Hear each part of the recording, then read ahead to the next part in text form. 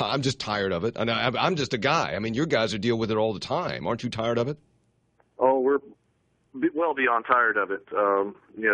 Saturday was absolutely uncalled for, and it was criminal. And I think that's some of the mindset that we need to start dealing with is, we're not talking about traditions. We're talking about criminal behavior, and it needs to be addressed as criminal behavior.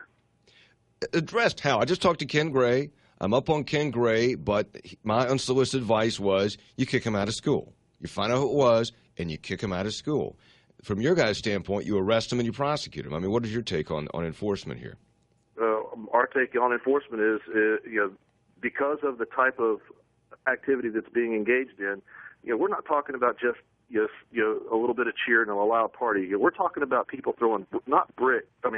We're talking about bricks being thrown at the police officers and the firemen, and beer bottles. And if this was a citizen doing this on another citizen, it would be an assault with a deadly weapon type of situation. Yeah, you'd be called to the house. You'd be called to the house, and somebody say, "This guy hit me in the head with a brick," and you'd cuff him, you'd haul him off to jail. Exactly. In these crowd situations, obviously we can't arrest 1,000 people, but those that we can identify out of the crowd, we did take into custody, and our intention is to fully prosecute those individuals to the maximum extent possible. Something else, Chief, is that you're up there, you're out. I mean, everybody thinks, oh, it's the cops, and you got your riot gear. You're outnumbered 100 to 1, okay? And you're not going to pull your gun, and you shouldn't pull your gun. But if you wade into the crowd or the thing gets out of control and a cop hits a kid with a billy club and the kid gets 35 stitches, guess what? Guess who's in trouble? Now all of a sudden it's the cops are overreacting, right? I mean, and we're addressing some of that, because some of the people's like, how dare you spray tear gas on these kids? Well, they're not kids; they're adults. They're young adults. They are responsible for their actions. And if you pick up a beer bottle and you throw it at a police officer, you ought to be expecting to either get sprayed or taken into custody. The bottom line, you don't do that. Absolutely. Well, who's giving you grief about using tear gas or whatever, pepper spray? Oh, we had several phone calls that were called in, and irate parents. How dare you spray, my son or my daughter? Those kind of phone calls.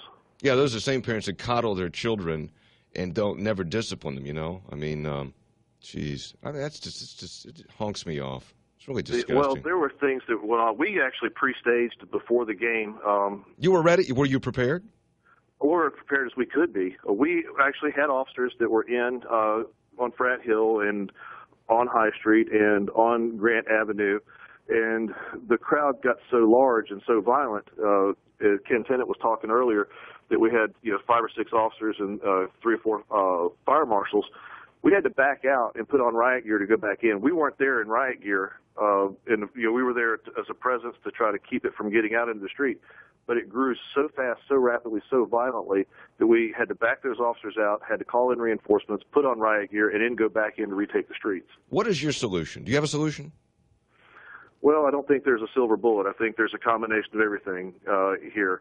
I think there's a criminal aspect where we need to prosecute fully.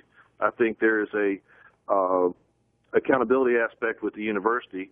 If they are students, whether they're WVU students, whether they're students at other universities, they should lose their ability to attend school based on their criminal behavior. Like I said, if they're a WVU student, WVU kick them out. If they're from Frostburg State, get in trouble with them. Do it. If they're from Penn State, Ed, I got to hit Maryland. Ed, I got to hit the hard break because I appreciate your time.